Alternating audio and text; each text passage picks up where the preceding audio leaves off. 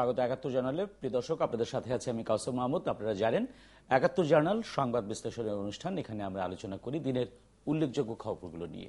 জানিয়ে দিই, আগামীকাল সকালে যে পত্রিকাগুলো হাতে পাবেন তার প্রধান শিরোনামগুলো, সাথে থাকে সার্বক্ষণিক আপডেট হওয়া নিউজ পোর্টালগুলোর খবর।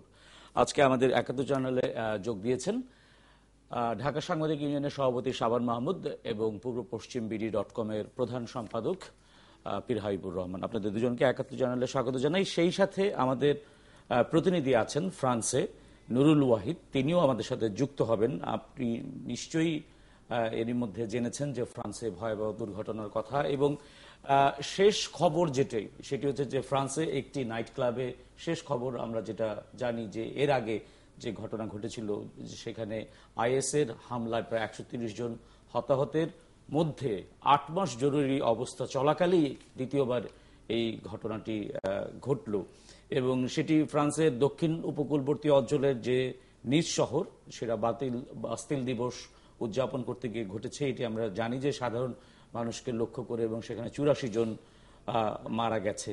এই যে সতর্ক অবস্থার মধ্যেও, এত নিরাপত্তার মধ্যেও পীর হাবিবুর রহমান, এই ঘটনাটাকে আপনি কিভাবে ব্যাখ্যা করবেন? আপনাদের দুজনের মন্তব্য নেয়ার পর আমি যেতে চাই। এখানে একটা বিষয়, এখানে প্যাটার্ন চেঞ্জ হয়েছে। ফ্রান্সের স্বাধীনতা দিবসের এই হামলার মধ্য দিয়ে এই সন্ত্রাসবাদীদের যে হামলার যে প্যাটার্ন, এটাতে একটা বিস্ময়কর নতুন একটা বিষয় আসছে। সেটা হলো গিয়ে যে মনে করেন যে কোথাও মনে করেন তারা আন্ডারগ্রাউন্ডে রিমোট কন্ট্রোল বোমা হয়েছে এর আগে ইংল্যান্ডে, তারপরে বিভিন্ন জায়গায় আপনার গুলি হয়েছে, বোমা হামলা হয়েছে, এই ধরনের ঘটনা ঘটার পরে এইবার প্রথম যে একটা তারা স্বাধীনতা দিবস উপলক্ষে একটা উৎসবের একটা আতশবাজি অনুষ্ঠান, সেখানে আপনার শত শত মানুষ, সেখানে উৎসবমুখর মানুষের মধ্যে একটা ট্রাক ৭০ কিলোমিটার গতিতে সেখানে এই মিছিলে উঠতে যখন যাচ্ছিল তখন পুলিশ বাধা দিয়েছে, আইন শৃঙ্খলা বাহিনী সেটা মানেনি চালক, এবং বেপরোয়া গাড়ি চালিয়ে একসাথে ৮৪ জনের প্রাণহানি ঘটিয়েছে, নারী শিশু সহ পুরুষদের। এটাই হলো একটা প্যাটার্ন যে আপনার এক এক জায়গায় এক এক ধরনের হামলা হচ্ছে। কোথাও জিম্মি করে ফেলা হচ্ছে, কোথাও বাংলাদেশে যেটা ঘটে গেল জিম্মি করে জবাই করে, কোথাও বাংলাদেশের চাপাতিতে করছে। পৃথিবীর জুড়েই আজকে সন্ত্রাসবাদ, আর যেন তৃতীয় বিশ্বযুদ্ধ শুরু হয়েছে। মানবতাবাদী বিশ্ব আর একদিকে সন্ত্রাসবাদী বিশ্ব, দুইটা বিশ্ব। এর মধ্যে মুসলমানদেরকে মনে করেন একটা মাঝখানে দাঁড় করে দেওয়া হচ্ছে, সেখানে প্রশ্নবিদদের জায়গায় নিয়ে যাওয়া হচ্ছে। এখন পৃথিবীব্যাপী ইসলাম শান্তির ধর্ম, মানবতার ধর্ম, এবং সেখানে মুসলমান দেশের রাষ্ট্রনায়করা, মুসলিম উম্মা মানুষ, সংখ্যাগরিষ্ঠ মুসলমানরা পৃথিবীর, তাবৎ মুসলমানরা কিন্তু সন্ত্রাসবাদের বিরুদ্ধে। কিন্তু ধর্মান্ধতার নামে, ধর্মের নামে যে শক্তির উদ্ভব ঘটেছে, কখনো লাদেনের আল কায়দা, কখনো মনে করেন তালেবানি শক্তি, কখনো মনে করেন সর্বশেষ যে সিরিয়া আর ইরাকের একটা অঞ্চল নিয়ে যেটা আইএস, যে বিশ্বনিন্দিত আইএস, এবং আইএস এর এই উৎস, শক্তির উৎস আমরা হয়তো আরো বিশ্লেষণ করব। শাবান মাহমুদ, আপনার অনুমতি নিয়ে আমি একটু নুরুল ওয়াহিদের কাছে যেতে চাই। সর্বশেষ খবরটা নিয়ে আমরা আরো বিশ্লেষণে আমরা হয়তো যেতে পারবো। নুরুল ওয়াহিদ, আপনি নিশ্চয়ই আমাকে শুনতে পাচ্ছেন। ৭১ জার্নালে আপনাকে স্বাগত জানাই। আপনার কাছে প্রথমেই জানতে চাই যে আমরা সর্বশেষ খবরে জানি যে ৮৪ জন মানুষ নিহত হয়েছেন, এর মধ্যে শিশু আছেন। সর্বশেষ হতাহতের খবর আমাদেরকে জানাবেন যে যারা হতাহত হয়েছেন তাদের সর্বশেষ অবস্থা কি, এবং হামলাকারী কোনো পরিচয় বা তার আরো বিস্তারিত কোনো কিছু আপনি জানতে পেরেছেন কিনা? এ পর্যন্ত যে গতকাল রাত্রে যে ঘটনাটি ফ্রান্সের দক্ষিণাঞ্চল নিজ শহরে ঘটেছিল, সেটা রাত 10:35 দিকে এই ঘটনাটি ঘটে।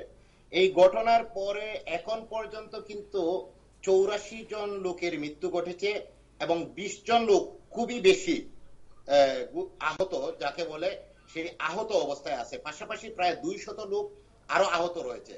এখন হামলাকারীর যে প্রমাণ, সেটা হলো হামলাকারীর গাড়িতে ৩১ বছরের তিউনিসিয়ান ফ্রেঞ্চ একজন নাগরিকের আইডেন্টি কার্ড পাওয়া গেছে। তো এর বিরুদ্ধে যে অভিযোগগুলো এর পূর্বে পাওয়া গেছে, তার বিরুদ্ধে তার স্ত্রীকে মারামারির অভিযোগ পাওয়া গেছে, চুরির মামলা পাওয়া গেছে, কিন্তু আইএস বা ইসলামী জঙ্গি বা সন্ত্রাসবাদের সাথে তার কতটুকু সম্পৃক্ততা আছে এখন পর্যন্ত কিন্তু সেই বিষয়টা প্রকাশ পায়নি। এই বিষয়ে এখন তদন্ত চলছে। কিন্তু যিনি হামলাকারী তার ট্রাকে বা ভ্যানে তো আসলে অস্ত্র এবং গ্রেনেড পাওয়া গেছে। এই বিষয়ে কি আসলে সেখানকার স্থানীয় পুলিশ বা গোয়েন্দা যারা আছেন তারা কি বিস্তারিত জানতে পেরেছেন কিনা, যে তার মোটিভটি কিন্তু স্পষ্ট? জনাব ওয়াহিদ। হ্যাঁ, এটা স্পষ্ট, 100% স্পষ্ট। সে একজন উগ্রবাদী জঙ্গি। কারণ হলো, যখন সে 200 কিলোমিটার বেগে ট্রাকটি নিয়ে জনগণের উপর দিয়ে চালিয়ে যাচ্ছিল, তখন কিন্তু সে গুলি করতে করতে গিয়েছিল। এখানে কিন্তু একজন প্রত্যক্ষদর্শী পুলিশ একজন প্রত্যক্ষদর্শীর বরাত দিয়ে বলেছে যে, একজন প্রত্যক্ষদর্শী বলেছেন এই ট্রাকের মধ্যে আরো 3 জন লোককে কিন্তু সে দেখেছে। এই বিষয়টাও কিন্তু এখন পুলিশ ইনভেস্টিগেশনের মধ্যে থেকে তারা খুব তাড়াতাড়ি এই মোটিভটা বের করে ফেলবে। এখন যে জিনিসটা, ফ্রান্সের প্রেসিডেন্ট গত রাত্রে ফ্রান্সের সময় 3:45 কিন্তু উনি জাতির উদ্দেশ্যে ভাষণ যখন বক্তব্য দেন, তখন কিন্তু উনি বলে যে এটা কিন্তু এই যে প্যারিস হামলা, ব্রাসেলস হামলা বা বাংলাদেশের যে হামলা হয়েছে, মূলত জঙ্গি হামলার যুগসূত্র বলে তিনি উল্লেখ করেছেন। পাশাপাশি যে সারা বিশ্বের নিন্দনীয় যে আইএস এর ইরাক এবং সিরিয়ার যে ফ্রান্সের চলমান যে অভিযান, সেই অভিযান কিন্তু আরো জোরদার করার কথা বলেছেন। সেখান থেকে বোঝা যায় কি, যে এটা কিন্তু এই জঙ্গিবাদেরই কাজ। এটা 100% যেটা হলো সারা বিশ্বে যেভাবে নিন্দনীয় জঙ্গিবাদরা যেভাবে নিন্দনীয় কাজ চালাচ্ছে, সেটার একটা অংশ। জি, আমরা নুরুল ওয়াহিদ আমাদের সাথে যুক্ত আছেন, পীর হাবিবুর রহমান এবং শাবান মাহমুদ। যে প্রশ্নটা এসেছে যে অন্যান্য ঘটনার সঙ্গে সঙ্গে আইএস বা জঙ্গিবাদীরা সবসময় দায় স্বীকার বিশ্ব সন্ত্রাসীরা তারা দায় স্বীকার করে নাই, এখানে এখনো দায় স্বীকার করা হয় নাই এবং ফ্রান্স কর্তৃপক্ষ প্রশাসন এখনো সুনির্দিষ্ট অভিযোগ আনেন নাই। আরেকটা বিষয়, পশ্চিমা দেশে যেটা ঘটে, অনেক সময় অনেকটা সাইকো টাইপের লোকজন সেখানে সুইসাইড করে, অনেক মানুষকে হত্যা করে বসে, এই ধরনের কিছু কি না, এইটাও কোনো কিছু ওখানে গণমাধ্যম কি বলছে আসলে? এখানে একটা জিনিস হলো যে সুইসাইডের বিষয়ে প্রথম আমি যে জিনিসটা বলি, অনেক সময় আমরা দেখেছি যে যখন সুইসাইডের বিষয় আসে তখন কিন্তু আত্মঘাতী হামলা করে, একটা বোমা হামলা যেটা হয়। কিন্তু এখানে কিন্তু ভারী অস্ত্র ছিল তার ট্রাকের মধ্যে, এখানে গ্রেনেড পাওয়া গিয়েছে। এখান থেকে এই বিষয়টা থেকে বোঝা যায় এটা কিন্তু একটা সংঘবদ্ধ চক্র পরিকল্পিতভাবে এই হামলা করেছে। এই একটা জিনিস। পশ্চিমা বিশ্বের যে মিডিয়াগুলো যে কথা বলতেছে, তারা কিন্তু এই বিষয়টা তদন্তদিন রেখেছে। এবং একটা জিনিস হলো, আমাদের মিডিয়া আর পশ্চিমা দেশের মিডিয়াগুলো, আমরা কিন্তু অনেক স্বাধীন। বাংলাদেশের মিডিয়াগুলো অনেক স্বাধীন, আমরা অনেক সময় অনেক কিছু বলে ফেলি ধারণার উপরে। কিন্তু এখানে যে অফকমের যে আছে, নিয়ম আছে, যদি সংশ্লিষ্ট কর্তৃপক্ষের কোন ঘোষণা না হয়, তাহলে কিন্তু অনেক সময় এই বিষয়গুলো বলতে পারে না। জি নুরুল, আমি একটি বিষয় জানতে চাই যে স্থানীয় গণমাধ্যমে যেসব খবরাখবর এসছে তাতে একটি বিষয় এখনো ঝাপসা আছে, সেটি হচ্ছে যে হামলাকারী কি শুধু ট্রাক চাপাতেই এতগুলো মানুষকে আসলে নিহত করেছে, এবং হামলাকারীর মানে অবস্থা কি, তিনি গুলিবিদ্ধ হয়েছেন, পুলিশের গুলিতে মারা গেছেন জানি, কিন্তু যারা নিহত হয়েছেন তাদের মধ্যে কি গুলিবিদ্ধ কেউ আছেন কিনা? এখানে যখন প্রথম এই ঘটনাটি ঘটার পরে কিন্তু সব মিডিয়াই একটি কথা বলেছে যে হামলাকারী 200 কিলোমিটার বেগে, প্রায় 200 কিলোমিটার বেগে ট্রাক চালিয়ে গুলি করতে করতে সামনের দিকে যায়। যেহেতু এটা গুলি করতে করতে যায়, এত গুলির ঘটনা ঘটেছে, এখানে গুলিতে নিহত হওয়ার ঘটনা এখানে ঘটেছে। এটা কিন্তু অস্বীকার যদি কেউ করতে পারবে না, এটা একেবারে নিঃসন্দেহে। এবং গুলির যে বিষয়টা আপনারা বলছেন, যে গুলির বিষয়টা, এটা কিন্তু এখনো পর্যন্ত কেউ স্বীকার করেনি। আর আমরা এই যে হামলা, প্যারিস হামলার পরে, আমরা এর আগে কিন্তু শার্লি এবদো পত্রিকার যে হামলা হয়েছিল, তখন সাথে সাথে কিন্তু আইএস এটা স্বীকার করেছে। হামলার ঘোষণা দিয়েছিল, হুমকি দিয়েছিল। প্যারিস হামলার পরেও কিন্তু স্বীকার করেছে। কিন্তু এই যে ঘটনায় কোনো স্বীকার আসতেছে না। এখান থেকে আমরা যে জিনিসটা আসলে অনুমান করছি, যে যেখানে আমাদের ঢাকা হামলা যখন হয়, গুলশান হামলার সাথে সাথেও কিন্তু স্বীকার করেছে।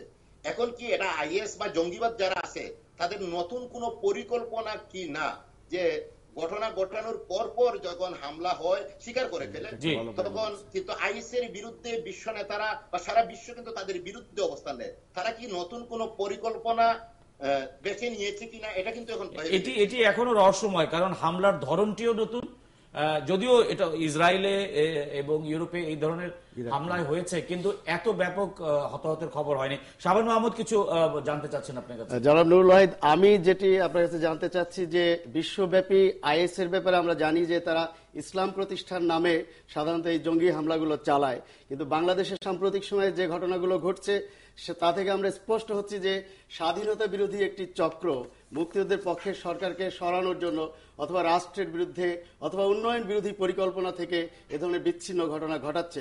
যদিও আইএস স্বীকার করে নিচ্ছে তাদের দায়, কিন্তু আমরা যতদূর জানি যে ফ্রান্সে স্বাধীনতা বিরোধী বা রাষ্ট্র বিরোধী সরকার বিরোধী কোনো শক্তিশালী জোট বা কোনো দল বা সংগঠনের বিষয় কিন্তু আমরা জানি না। হঠাৎ করে এর আগে নাইট ক্লাবে যে ঘটনাটি ঘটলো এবং এই যে আরেকটি ধারাবাহিক ঘটনার জন্ম দিল এবং জরুরি অবস্থা চলাকালে এতে স্থানীয় ফ্রান্সের যারা নাগরিক তাদের মধ্যে কোন ধরনের আলোচনা এখন স্থান পাচ্ছে যে কোন ধরনের উদ্দেশ্য থেকে এই হামলাটি হতে পারে? শাবান ভাই, এখানে যে আপনার ইয়েটা ঠিক আছে, কিন্তু আপনি যে মনে করেন প্রথমে যেটা হলো এই যে ইসলামকে প্রচার করার জন্য আইএস এর হামলা, তো এটাতে এখন কিন্তু লোকজন ইয়ে করেছে আইএস ইসলামের, কিন্তু এটা হতে পারে না। যারা আইএস হামলা ইসলামকে বলে করতেছে, এটা কিন্তু ইসলামের কাজ না। ফার্স্ট যে এইরকম মানুষ হত্যা করে, মানুষকে ট্রাক চাপা দিয়ে, মানুষকে গুলি করে, মানুষকে বোমা মেরে ইসলাম প্রচার করবে, এটা তো নিতান্তই ইসলাম বিরোধীদের কাজ। আর যে জিনিসটা হলো ফ্রান্সের যে 14 তারিখে যে ঘটনাটা ঘটেছে, সেটা যদি আমাদের বাংলাদেশের প্রেক্ষাপটে হতো তাহলে আমরা বলতাম স্বাধীনতা বিরোধীরা এই কাজ করেছে। এবং ফ্রান্সের ঠিক সেম অবস্থা, যে স্বাধীনতা দিবসের একটি আনন্দময় উৎসবে যখন হামলা করেছে, এই হামলাতে এখন পর্যন্ত আইএস দায় স্বীকার করছে না। এখান থেকে আসলে কি বোঝা যাচ্ছে, এখানে ফ্রান্সের মধ্যে কি আসলে কোনো লুকিয়ে থাকা কোনো গোত্র বা কোনো কিছু আছে কিনা, এটা কিন্তু এখন ভাবার বিষয়। আর আরেকটা জিনিস যেটা হলো যে হামলার ধরনটা কিন্তু ইউরোপে এর আগে আমরা দেখেছি, প্যারিস হামলার পর ব্রাসেলস হামলার পরে কিন্তু এর আগে আপনারা একটা হামলা করেছিল স্পেনের মাদ্রিদে আতুচা রেল স্টেশনে বোমা হামলা করেছিল। তো সেই হামলার ধরন কিন্তু আর এই হামলার ধরন এক না। তো যেহেতু নতুন হামলার ধরন, নতুন অভিযান, এর কারণে কিন্তু এটা এখন বাবার বিষয়। এখনো পর্যন্ত কেউ এটা নিয়ে মুখ খুলতেছে না। যারাই ভাবতেছে শুধু বাবার মধ্যেই রয়ে গেছে, সবাই কিন্তু এখন মানবিক দৃষ্টিকোণ থেকে দেখছে যে এত ন্যাক্কারজনক কাজ কারা করতে পারে। এই হলো বিষয়টা। শাবান ভাই, জনাব নুরুল ওয়াহিদ, আপনি আমাদের সাথে যুক্ত থাকুন। আমরা একটা বিরতিতে যাচ্ছি, বিরতির পর আবার ৭১ জার্নালে আমরা ফিরছি, আলোচনায় ফিরছি। ঘটনা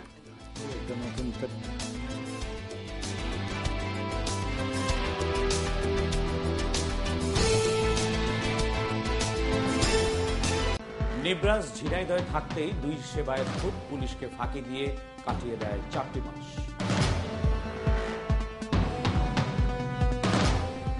মসজিদে সন্ত্রাস বিরোধী খুতবা, পারিবারিক সামাজিক যোগাযোগ বাড়ানোর তাগিদ।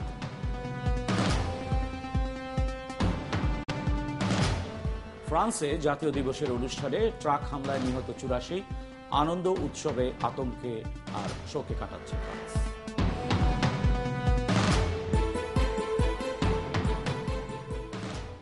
এই ছিল আজকের প্রধান কয়েকটি শিরোনাম। আলোচনায় যাওয়ার আগে আমরা দেখে নেই আজকের প্রধান কয়েকটি অনলাইন পোর্টালের খবর। বিবিসি বাংলা দেখছি যে ফ্রান্স কেন জিহাদিদের হামলার লক্ষ্য, যেটি নিয়ে আমরা আসলে আলোচনা করছিলাম যে ফ্রান্সে এই পরপর 3 মাসের মাথায় মনে হয় দ্বিতীয় হামলা হলো, যেটি প্যারিস হামলার পরে। জঙ্গিবাদ বিরোধী খুতবা, বিভক্ত মুসল্লিরা। আজকে ইসলামিক ফাউন্ডেশনের উদ্যোগে সারা দেশব্যাপী জঙ্গিবাদ বিরোধী খুতবার একটা ব্যবস্থা ছিল। বাংলাদেশ সরকারকে জাকির নায়েকের চ্যালেঞ্জ, কে এই নিসের হামলাকারী, সেটি নিয়ে আমরাও আলোচনা করছি। এই 3টি ছিল আজকে প্রধান খবর বিবিসি বাংলার। এরপর আমরা চলে যাই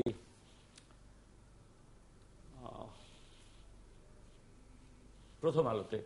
শুধু একটি গাড়ি যখন গণহত্যার অস্ত্র, কে সেই ট্রাক চালক, সব স্থানীয় গণমাধ্যমে আসলে বিষয়টি নিয়ে জানতে যাচ্ছে সারা বিশ্বের সাথে, যে এই হামলার ধরন এবং হামলাকারী সম্পর্কে আসলে এখন মানুষের আগ্রহ।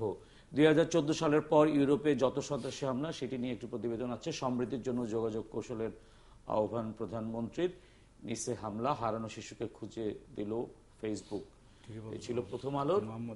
এবং সমকালের প্রধান খবর হচ্ছে যোগাযোগের কৌশলগত সুযোগ নিয়ে শেখ হাসিনার আহ্বান। শেখ হাসিনা মঙ্গোলিয়ার রাজধানী উলানবাটরে গেছেন 11তম আসেমের প্লেনারি ট্যুর অধিবেশনে যোগ দিতে। এবং প্রথম আলো চমকাল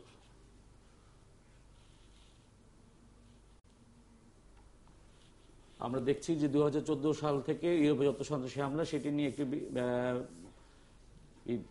প্রতিবেদন। ঝিনাইদহে জঙ্গি অবস্থান, বাসা ঠিক করে দেওয়া রোকন ভালো ছেলে, এটি নিয়ে একটি প্রতিবেদন। এরপর আমরা চলে যাই বিডি নিউজ। ফ্রান্স উদযাপনের ভিড়ে ট্রাক নিয়ে হামলা, নিহত 84, নিখোঁজ যুবকদের একজন ছিলেন ব্যান্ড শিল্পী। এটি নিয়ে একটি প্রতিবেদন। ফ্রান্সে হামলাকারী সেই ট্রাক চালককে, এটি জানতেও দেখছি। শীর্ষ খবরের মধ্যে আরো দেখছি যে নিসের জন্য শোক, সমাবেশ হবে না, যেতে হবে পাল্টা যুদ্ধে। গণজাগরণ মঞ্চের মুখপাত্র ইমরানের সরকারের বক্তব্য। যোগাযোগের কৌশলগত সুযোগ নিন, প্রধানমন্ত্রীর মন্তব্য। এবং ফ্রান্সে হামলা পর নিরাপত্তা জোরদার যুক্তরাজ্যে, এটি একটি লক্ষণীয় বিষয়। যে বাংলা ট্রিবিউন, নিজ হামলাকারী ট্রাক চালক নামাজ পড়তেন না, পেটাতেন স্ত্রীকেও, যেটি আসলে নুরুল ওয়াহিদ বলার চেষ্টা করছিলেন যে আসলে হামলাকারীর ধরনটি কি, তার মানসিকতা কি, তার অতীতের যে অপরাধের একটি ফিরিস্তি আমরা দেখছি এখানে। নিজ হামলার শোকের প্রতীক হয়ে উঠছে যে ছবি, গুলশান হামলার মূল হোতা সুলাইমান ভারতে, এটি আরেকটি খবর আমরা দেখছি। আমরা চলে যাই জনকণ্ঠে। ফের রক্তাক্ত ফ্রান্স এবং হলি আর্টিজানের কাছে 1 মাস আগে ফ্ল্যাট ভাড়া নেয়, এ নিয়ে একটি প্রতিবেদন দেখছি। উগ্রপন্থার প্রতি তরুণ সমাজের আসক্তি বাড়ছে যে কারণে, এটি নিয়েও দেখছি।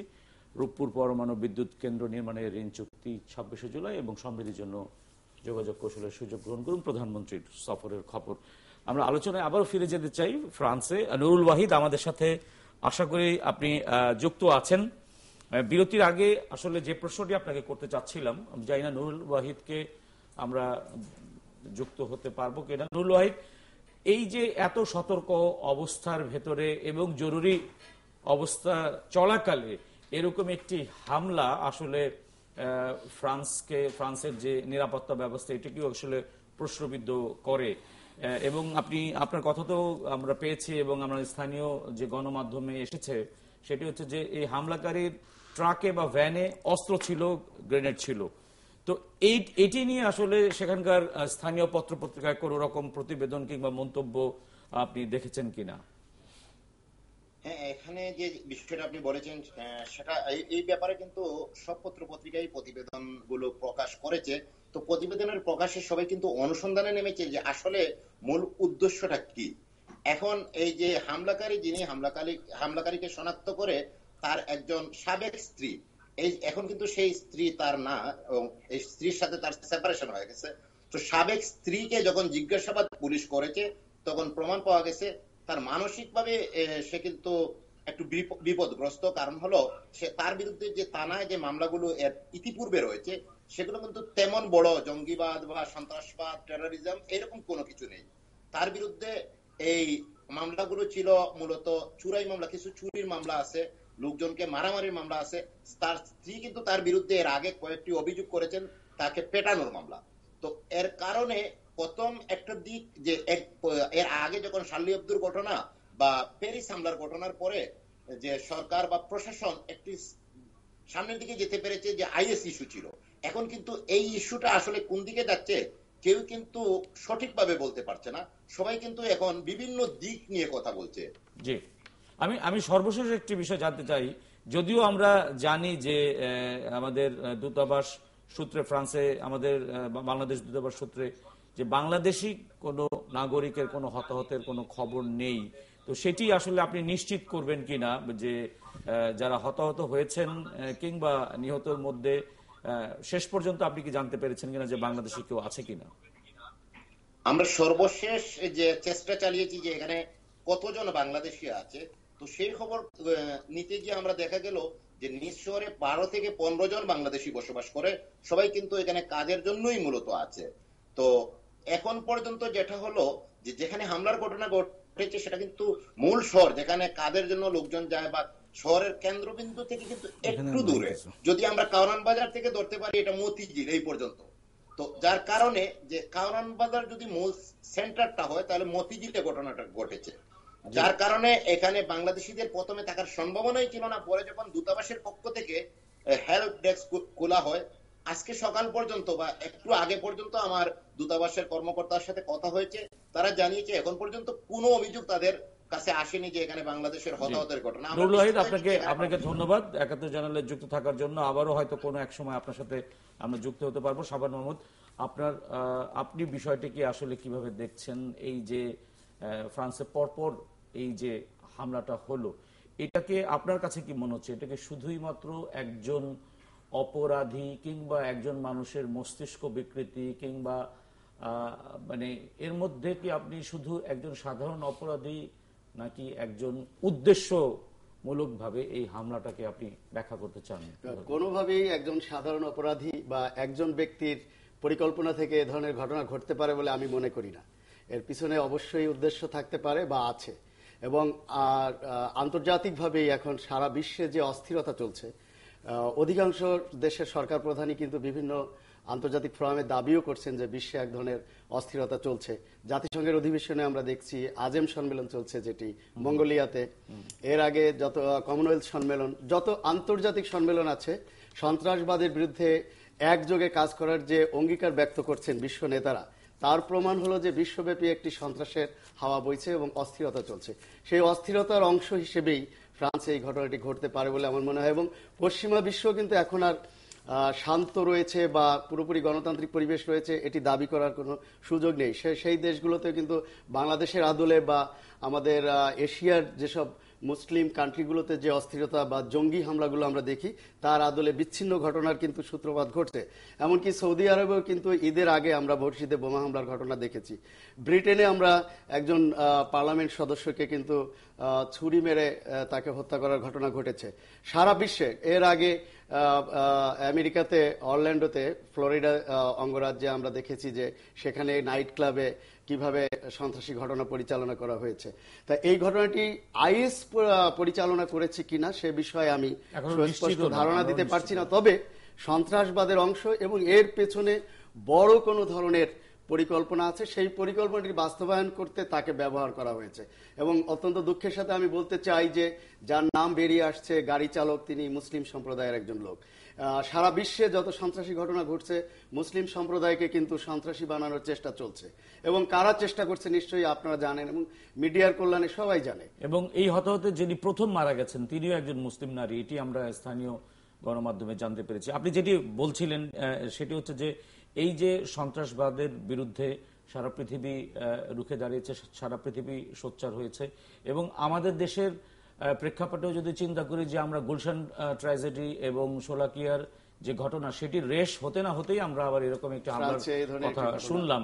এবং আজকের আরেকটি বিষয় আমি আমাদের দেশের প্রসঙ্গে ফিরে আসতে চাই যে আমাদের সরকার চেষ্টা করছে, বিরোধী দলও চেষ্টা করছে, সাধারণ নাগরিকরাও চেষ্টা করছে ঐক্যমত হতে এই জঙ্গিবাদ রুখতে।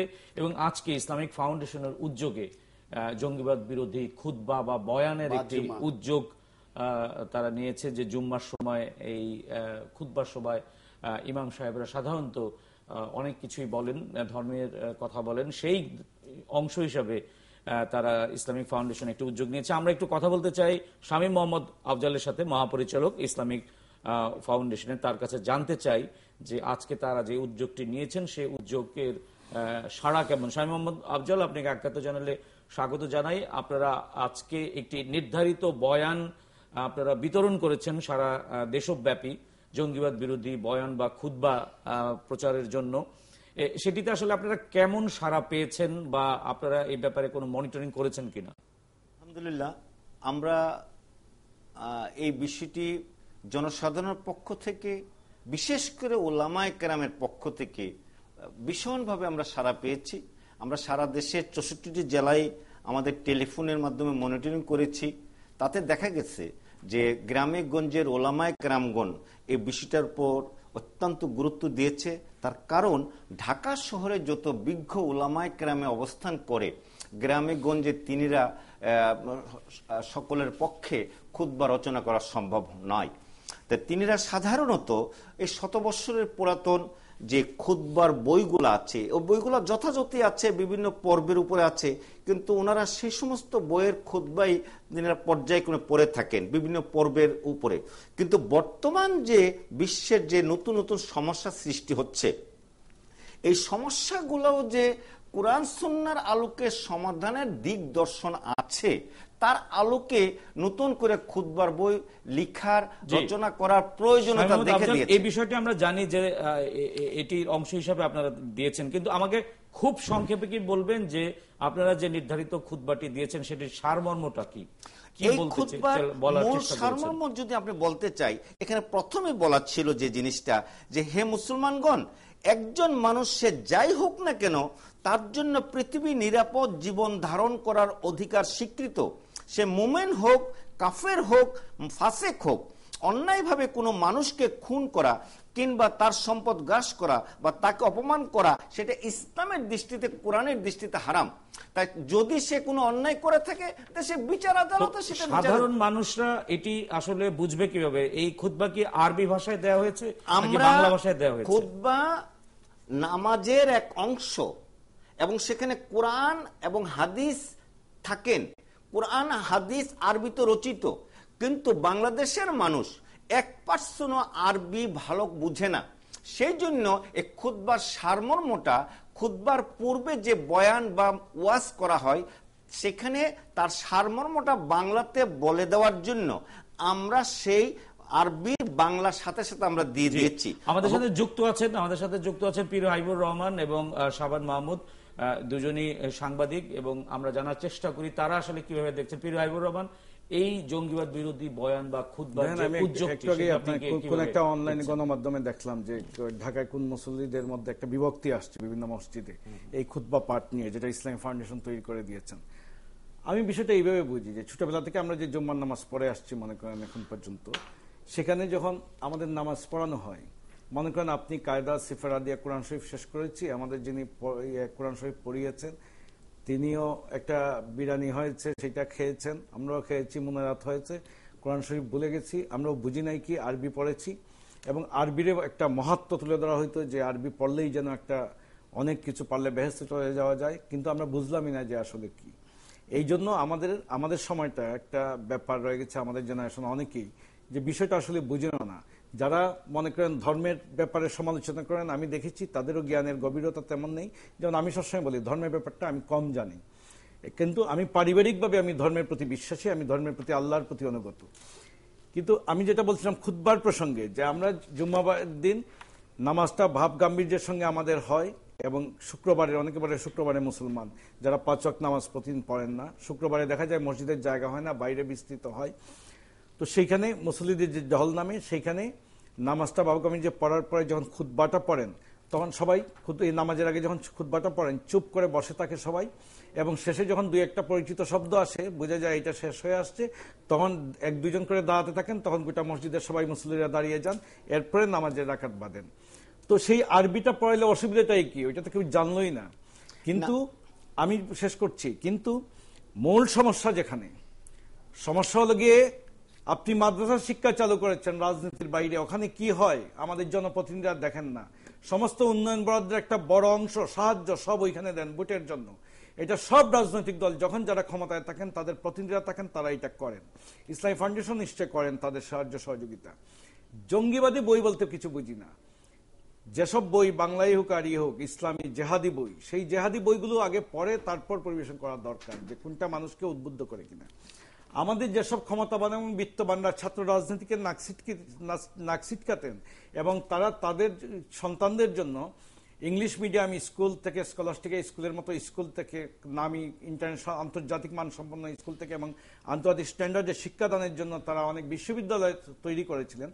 সেখানে কি করেছেন? সেখানে তারা যখন রাজনীতির বাইরে রেখেছেন, আজকে দেখা যায় যে ছাত্র রাজনীতির যে ধারাগুলো ছিল, তারা কম মেধাবী হলেও, তারা মিডিল ক্লাস লেভেলের স্টুডেন্ট হলেও, তারাই দেখা যায় সাম্প্রদায়িকতার বিরুদ্ধে, ধর্মান্ধতার বিরুদ্ধে, কালো শক্তির বিরুদ্ধে সবসময় ফাইট করে আসছে। আর এইখান থেকে বেরিয়ে গেছে আপনার আন্তর্জাতিক মানসম্পন্ন লেখাপড়া করে দেশে বিদেশি মানসম্পন্ন বিশ্ববিদ্যালয় এবং শিক্ষাঙ্গনে লেখাপড়া করে সেখান থেকে জঙ্গি বেরিয়ে আসছে। 6টা ছেলে গোটা তামাম দুনিয়াকে কাঁপিয়ে দিয়েছে আজকের একটা এইগুলো প্রতিরোধের অংশ হিসেবে এই যে এইটা প্রতিরোধ অংশ হিসেবে এই খুতবা দিয়ে হবে না, এটা খুতবা দিয়ে হবে না, টোটাল রাজনৈতিক পরিস্থিতির মধ্যে চেঞ্জ আনতে আমি হবে। শামীম ভাইকে ব্যক্তিগতভাবে চিনি, আমার ধারণা যদি ভুল না হয়, তথ্য যদি ভুল না হয়, আপনি ঢাকা বিশ্ববিদ্যালয় থেকে আইন বিভাগ থেকে পাশ করে এসেছেন। আপনি একজন উচ্চ শিক্ষিত, অথচ আপনি ইসলামিক ফাউন্ডেশনের মহাপরিচালকের দায়িত্বে আছেন।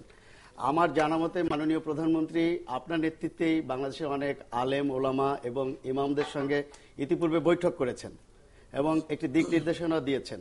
তারপরে ফলো আপটি সেভাবে হয়েছে কিনা আমার জানা নেই, আপনি যদি বলেন। আর দ্বিতীয়ত হলো যে যেসব ইমামরা আমাদেরকে নামাজ পড়ান, জুম্মার নামাজ, আমি দেখতে পাই গণমাধ্যম কর্মী হিসেবে যে অধিকাংশই তারা বয়ানের সময় যতটা না ইসলামের কথা বলেন, কোরআনের কথা বলেন, তার থেকে বেশি রাজনীতির কথা বলেন এবং কোনো কোনো জায়গায় দেখি সরকারের বিরুদ্ধে কথা বলেন। আপনারা যারা নামাজ পড়তে উদ্বুদ্ধ করেন, এই ইমাম সাহেবরা কি কোনোভাবেই পারমিটেড যে তারা আমাদের জুম্মার নামাজ শেষে খুতবা পাঠের সময় সরকার বিরোধী অথবা সরকারের পক্ষে রাজনীতি আমাদেরকে শিক্ষা দিবেন, এরকম কোনো বিষয় ইসলাম শিক্ষা দেয় কিনা? আমি ধরি দেখি খুতবার আগে দুইজন সিনিয়র সাংবাদিক এতগুলা কথা বলেছেন, আমি কোন কথার পরে কোন কথার জবাব দেব, সময় কিন্তু আমার সীমাবদ্ধতা আছে। আমি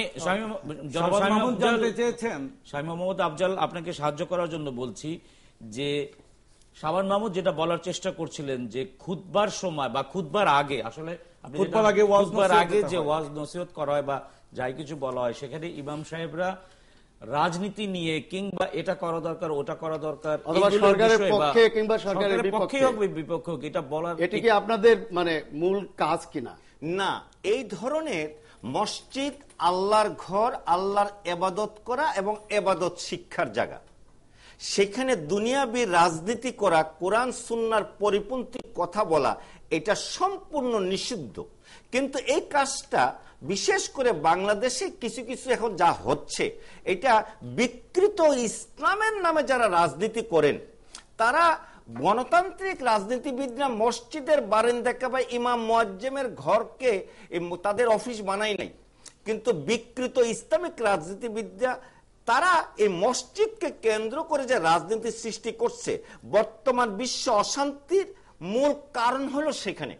কারণ এই মসজিদে সকল দলের মতের পথের লোকজনই যাচ্ছেন, তো সেই জন্যই মসজিদে দিনের বাহিরে কার্যক্রমকে বন্ধ করা এটা উচিত।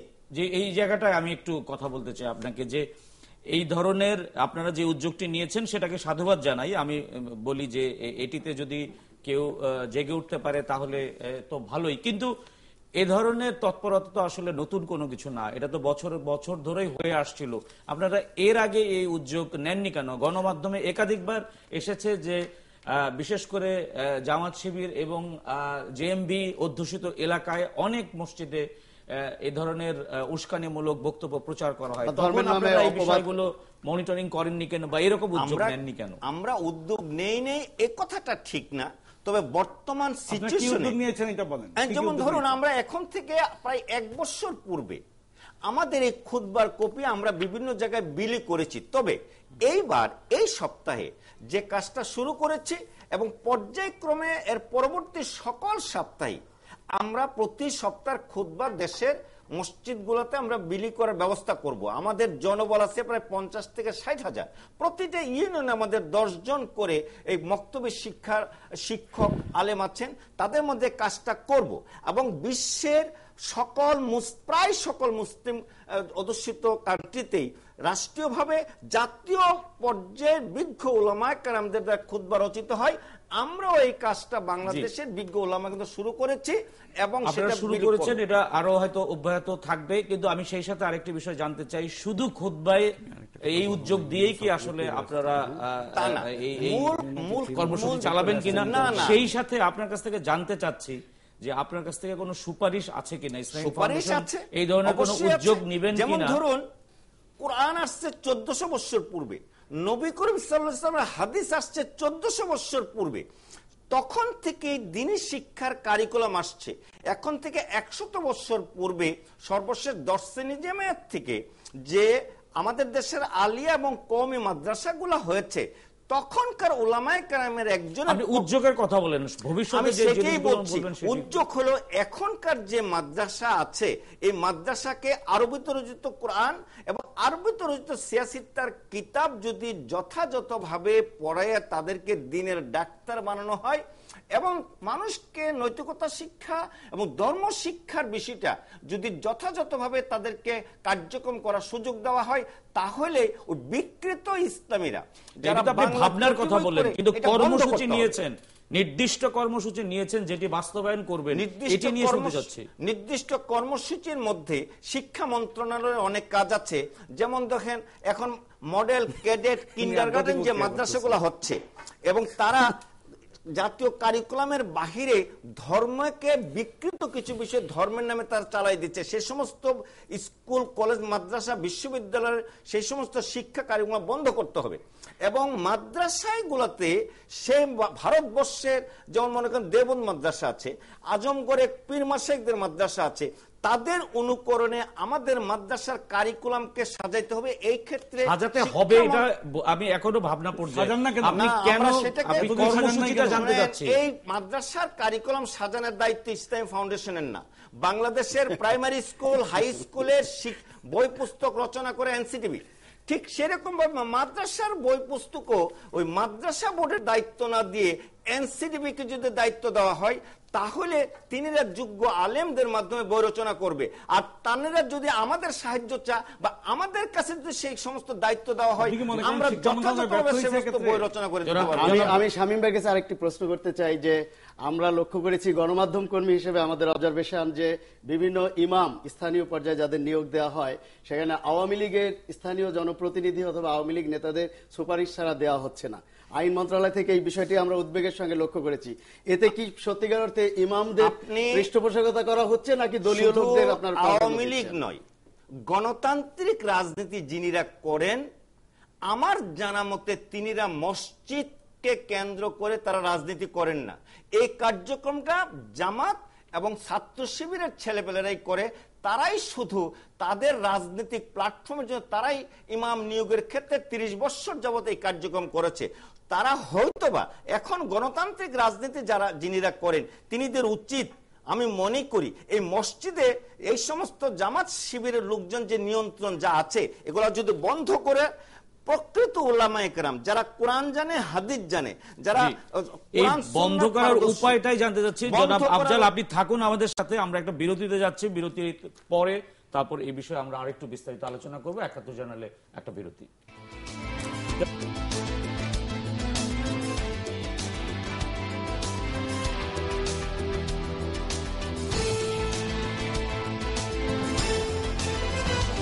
একাত্তর জানালে আপনাদেরকে স্বাগত জানাই। আমাদের সাথে আলোচনায় যুক্ত আছেন পীর হাবিবুর রহমান, শাবান মাহমুদ এবং ইসলামিক ফাউন্ডেশনের মহাপরিচালক শামীম মোহাম্মদ আফজাল। আজকে এই জঙ্গিবাদ বিরোধী খুতবা নিয়ে আমরা কথা বলছিলাম শামীম মোহাম্মদ আফজালের সাথে। শামীম মোহাম্মদ আফজাল, আপনার কাছে ছোট্ট করে একটি বিষয় জানতে চাই যে আপনারা এই জঙ্গিবাদ প্রতিরোধ করতে আপনারা যে উদ্যোগ নিয়েছেন, এই উদ্যোগের মধ্যেও অনেকেই সাধুবাদ দিয়েছেন, কিন্তু এটি নিয়ে আসলে দ্বিমত আছে। অনেকেই বলছেন যে খুতবা কেন নির্দিষ্ট করে বলতে হবে বা এই বিষয়ে আমরা বলবো কেন। গতকালকে আমরা দেখেছি যে হেফাজত ইসলামের যিনি প্রধান তিনিও এটি নিয়ে দ্বিমত করেছেন এবং আজকে অনেক মানে ইসলামিক চিন্তাবিদ যারা আছেন তারাও দ্বিমত পোষণ করেছেন। সেটি নিয়ে আপনি কিছু বলবেন কিনা, এবং সেই সাথে বিষয় হচ্ছে যে এটি কি একমাত্র উদ্যোগ কিনা, আপনি যদি ভবিষ্যতে আর কি কি উদ্যোগ গ্রহণ করতে আপনারা পরিকল্পনা করেছেন সেটি নিয়ে যদি বলতেন খুব। শুনেন, বিশ্বের মুসলিম অধ্যুষিত দেশে সৌদি আরব সহ মধ্যপ্রাচ্যের প্রায় সকল দেশে, ইরান, মালয়েশিয়া, ইন্দোনেশিয়া জাতীয়ভাবে খুতবা রচনা করা হয় এবং সকল মসজিদে সেটি বিতরণ করা হয়। ভারতবর্ষে এই কালচারটা চালু হয় নাই।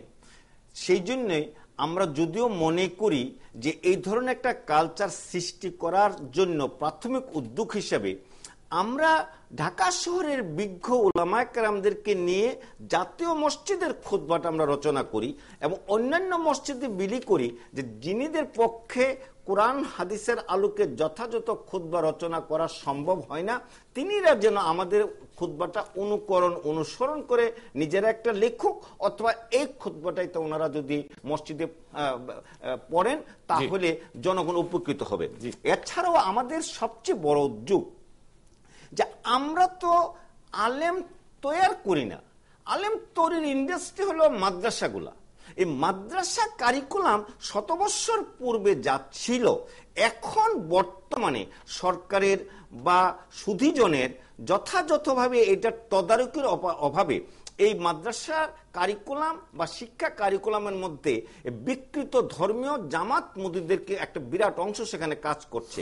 ফলে একজন কামেল পাশ করে কিন্তু 114 সূরার যথাযথভাবে শিক্ষার ব্যবস্থা তার রাখে নাই, বরঞ্চ ইসলামের নামে ইসলামকে ক্ষতি করার বিকৃত কিছু দর্শন তারা সেখানে ঢুকে দিয়েছে।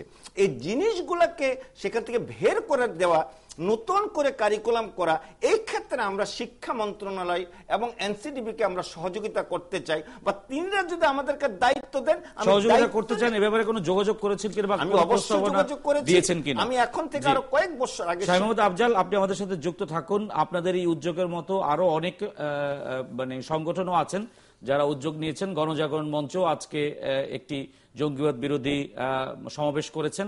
আমরা একটু যুক্ত হতে চাই ইমরান হাবিব রুমনের সাথে, কেন্দ্রীয় সমন্বয়ক গণজাগরণ মঞ্চের। তার কাছে জানতে চাই যে আজকে জঙ্গিবাদ বিরোধী যে সমাবেশটি হয়েছে সেই সমাবেশে আপনাদের ঘোষণা কি, এবং আপনারা আসলে এই সমাবেশের মাধ্যমে কিভাবে জঙ্গিবাদকে প্রতিহত করতে চান?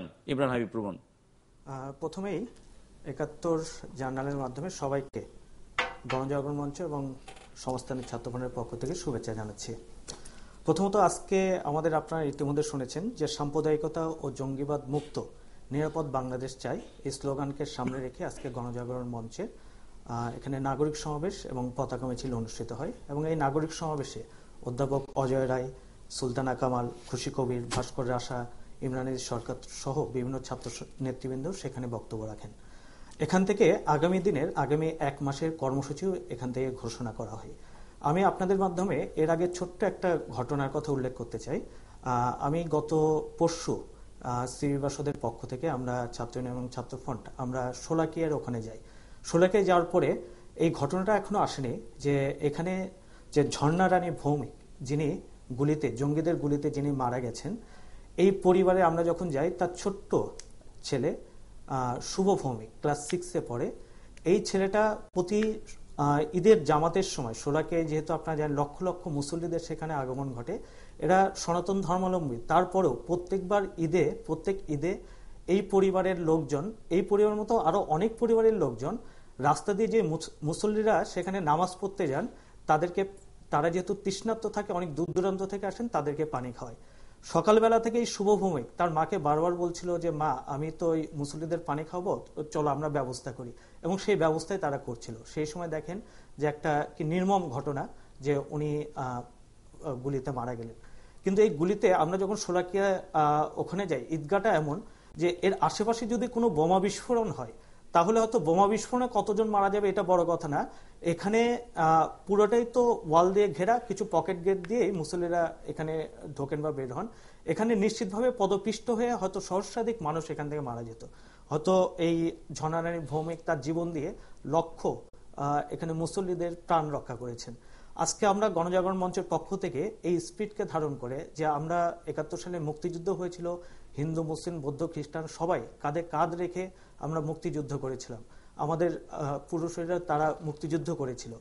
এবং এই আলোচনায় এখানে এসেছে যে মুক্তিযুদ্ধের যে আকাঙ্ক্ষা নিয়ে এই মুক্তিযুদ্ধ হয়েছিল, আজকে সমাবেশের মাধ্যমে যারা সেই সময় মুক্তিযুদ্ধে সরাসরি অংশগ্রহণ করেছেন তারাও বলেছে সেই মুক্তিযুদ্ধের আকাঙ্ক্ষা থেকে এই স্পিরিটটা নিয়ে আপনারা আসলে কি কি কর্মসূচিগুলো চিন্তা করছেন যে সাধারণ জনগণকে আরো কিভাবে সম্পৃক্ত করতে পারে? হ্যাঁ, আমরা আজকের সমাবেশ থেকে আগামী 18 জুলাই থেকে মাসব্যাপী আমাদের জঙ্গিবাদ ও সাম্প্রদায়িকতা বিরোধী প্রতিরোধ ঘরে ঘরে এই কর্মসূচিটা পালিত হবে। এই কর্মসূচির মাধ্যমে এখানে স্কুল, কলেজ, বিশ্ববিদ্যালয়, বিভিন্ন পাড়া মহল্লায় আমরা এখানে জঙ্গিবাদ গড়ে ওঠার কার্যকারণ কি, বা এখানে একটা বিজ্ঞান মনস্কতা তৈরি এবং এর বিরুদ্ধে একটা জনমত তৈরির জন্য আমরা মাসব্যাপী কাজ করব। আগামী 20 জুলাই সারা দেশে সেখানে উপজেলা, জেলা, উপজেলা এবং শিক্ষা প্রতিষ্ঠানগুলোতে বিক্ষোভ সমাবেশ এবং মিছিল অনুষ্ঠিত হবে। আগামী 22 জুলাই শাহবাগে একইভাবে আমরা এর জঙ্গিবাদ এবং সাম্প্রদায়িকতার বিরুদ্ধে এর প্রতিবাদে আমরা আগামী 22 জুলাই আমরা কেন্দ্রভাবে এখানে আমরা বুঝতে পেরেছি। আমাদের সাথে আপনাদের এই কর্মসূচি আপনারা যেটা নিয়েছেন সেটি আশা করি যখন বাস্তবায়ন হবে তখন আসলে সাড়া ফেলবে, এবং একই সাথে শাহ মোহাম্মদ আফজালও যে খুতবার বিষয়টি নিয়েছেন। পীরভাবে আমি যেটা জানতে চাচ্ছি যে এটি কিন্তু স্পষ্ট, শুধুমাত্র সরকার নয় কিংবা বিরোধী দল নয়, যে যেখান থেকেই পারছেন এই জঙ্গিবাদের বিরুদ্ধে সোচ্চার হয়েছে। এই জঙ্গিবাদের এটাকে বাংলাদেশে মুসলমান, আলেম সমাজ, সাধারণ মানুষ কেউ তো গ্রহণ করে নাই। এখনো দেখেন রাত হইলে নামলে, সন্ধ্যা নামলে ঢাকা একটা ভুতুরে নগরী, সবার মধ্যে আতঙ্ক। মানুষ তো এটা চায় না। আমাদের ঈদ মাটি হয়ে গেছে, ঈদের শেষটুকু যেটুকু ছিল সুলাকিয়া সেটাও দাফন হয়ে গেছে। তো সেখানে গোটা দেশের মানুষ শান্তি চায়, এবং এটা আমরা একটা সাম্প্রদায়িক সম্প্রীতির দেশ। এবং মনে করেন আমি এমন একটা পরিবারে জন্ম নিয়েছি, আমি এতক্ষণ আগে যেটা বলছিলাম যে একটা মুসলিম পরিবার বলা হয় আমাদেরকে, এবং আমার বাবাকে তাজুদ্দের নামাজ দিয়ে তার দিন শুরু হতো, এশার নামাজ পড়ে ঘুমাতেন।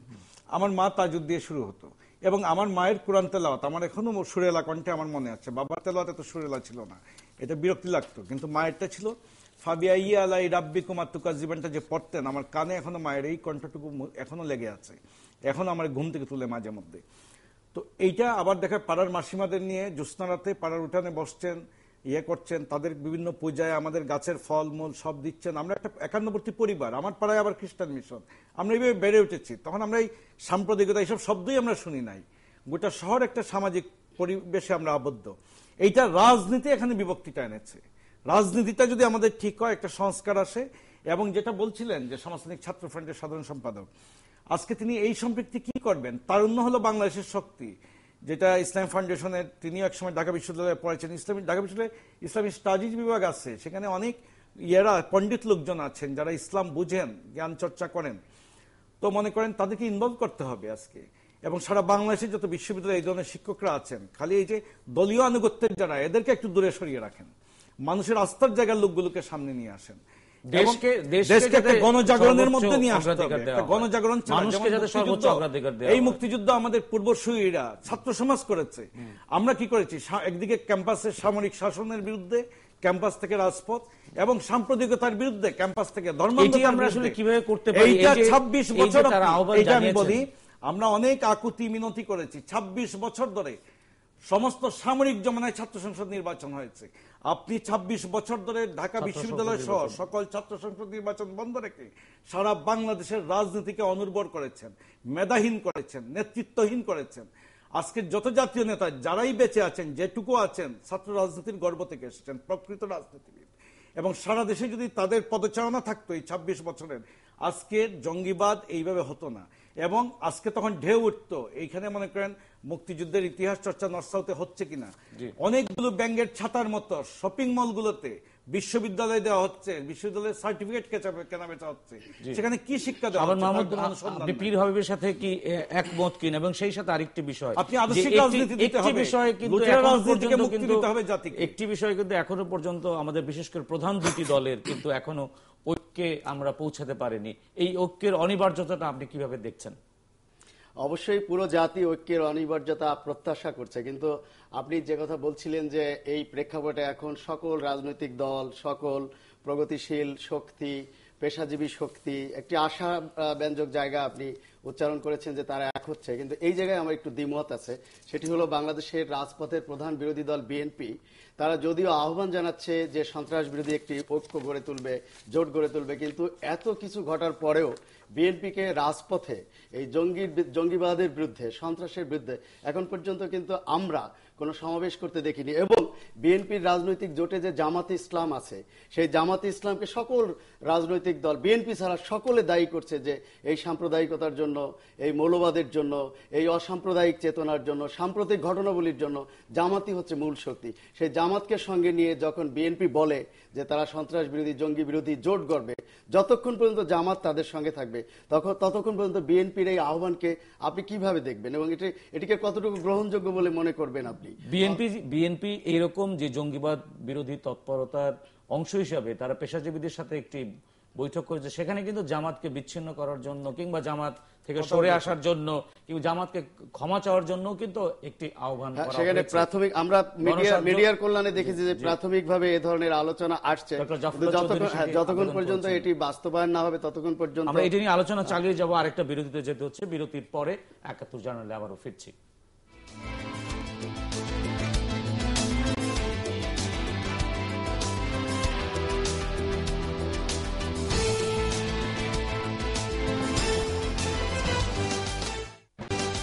বিরতির পর ৭১ জার্নালে আমরা আবারও ফিরে আসলাম। আমি একটু যেতে চাই ইমরান হাবিবের কাছ থেকে খুব সংক্ষেপে, যদি ইমরান হাবিব আপনি উত্তরটি দেন, সেটি হচ্ছে যে আমরা আসলে এটি প্রতিরোধের জন্য আপনারা যে উদ্যোগটি নিয়েছেন সেই উদ্যোগকে আসলে সাধুবাদ জানাই এবং একই সাথে জনাব শামীম মোহাম্মদ আফজাল আপনারাও যে উদ্যোগ নিয়েছেন সেই উদ্যোগটিও যাতে সফল হয়।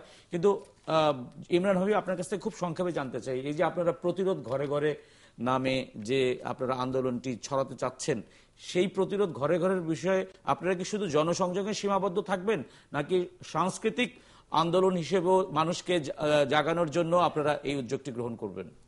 অবশ্যই সাংস্কৃতিক আন্দোলন এটার সাথে যুক্ত, এবং আমরা তখনও বলতে চেয়েছিলাম যে সারা দেশের স্কুল কলেজ বা সকল শিক্ষা প্রতিষ্ঠানে আমরা ছাত্র শিক্ষক তাদেরকে যুক্ত করে আমরা সাম্প্রদায়িকতা ও জঙ্গিবাদ বিরোধী স্কোয়াড গঠন করব, যার মাধ্যমে সেই স্কুল বা কলেজগুলোতে একটা সাংস্কৃতিক বিনির্মাণের ক্ষেত্রে বা একটা ছাত্রদের, শিক্ষার্থী বা এখানে শিক্ষকদের মাধ্যমে, তাদের মাধ্যমে আমরা প্রত্যেকটা স্কুল কলেজ বিশ্ববিদ্যালয় বা শিক্ষা প্রতিষ্ঠানগুলোতে এই জঙ্গিবাদ বিরোধী একটা চেতনা তৈরির জন্য আমরা অবশ্যই কাজ করে যাব। এই ইমরান হাবিব রুমনের এই মন্তব্যটি বা তার এই আশাবাদটি আমি জানতে চাই শামীম মোহাম্মদ আফজাল, আপনি আসলে এটাকে কিভাবে দেখছেন যে এই যে শুধুমাত্র ওই আমরা সমাবেশ করলাম এবং এটির পাশাপাশি যে সাংস্কৃতিক আন্দোলনের অনিবার্যতার কথা বললেন, প্রয়োজনীয়তার কথা বললেন, এটি নিয়ে যদি আপনি একটু মন্তব্য। মানুষের বিভিন্ন খাদ্য, অন্ন, বস্ত্র, শিক্ষা, চিকিৎসা যেমন চাহিদা আছে, সাংস্কৃতিক অঙ্গনও তার একটা চাহিদা আছে। তাই ওনারা যে উদ্যোগটা নিয়েছেন ওনাদের চিন্তা চেতনার আলোকে, ওনাদের শিক্ষার আলোকে এটা যথাযথ।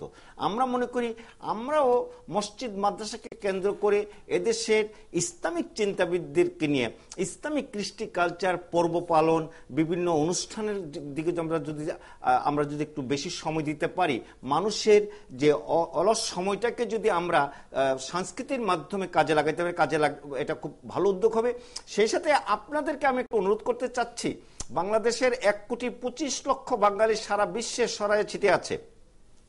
এই লোকগুলোর দিকে সাংস্কৃতিক কার্যক্রমের মাধ্যমে যদি আমরা লোকগুলোকে ধরে রাখতে না পারি, সেই সমস্ত দেশে যেমন সিঙ্গাপুরের ঘটনাকে কেন্দ্র করে অন্যান্য দেশেও জামাত শিবিরের বেশ কিছু ছেলেমেয়েরা কাজ করছে, সেগুলোকে বন্ধ করা এবং সঠিক ইসলামের চর্চা, ইসলামিক সাংস্কৃতিক কার্যক্রম দিয়ে তাদেরকে রাখার জন্য আমরা এই ধন্যবাদ।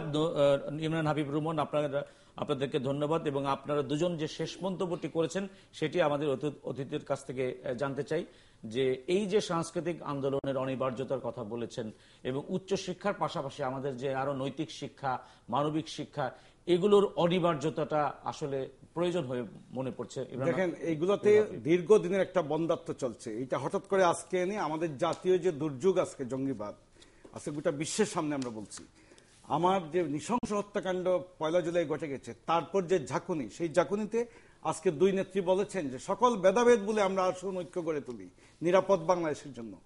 আগামীকাল যদি জামাতকে সরিয়ে রেখে দেন, আপনি দুই নেত্রী যদি আগামীকাল মনে করেন একটা আলোচনায় বসেন, তারপরে তারা দুইটা আলাদা সমাবেশই করেন, একসাথে করার দরকার নাই।